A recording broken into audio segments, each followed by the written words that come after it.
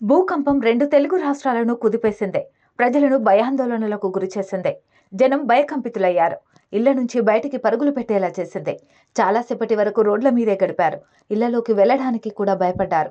తెలంగాణలోని ములుగు జిల్లాలో ఈ ఉదయం 7:27 భూకంపం సంభవించింది.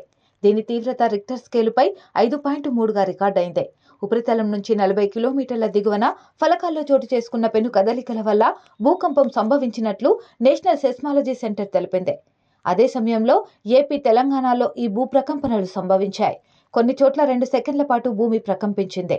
మరికొన్ని ప్రాంతాల్లో 3 నుంచి 4 సెకండ్ల పాటు ఈ ప్రకంపనలు నమోదయ్యాయి.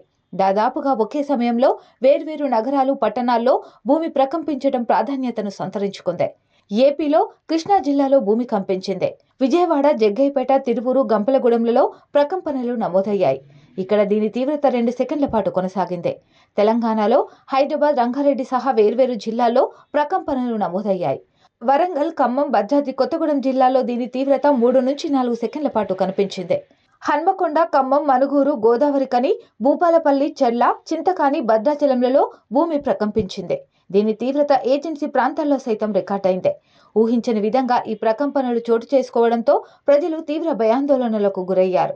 కట్టుబట్టలతో ఇల్లు, అపార్ట్మెంట్ల నుంచి బయటికి పరుగులు తీశారు. సురక్షిత ప్రదేశాలకు చేరుకున్నారు. ఎలాంటి ప్రాణ, ఆస్తి నష్టం సంభవించినట్లు ఇప్పటి వరకు సమాచారం అందలేదు.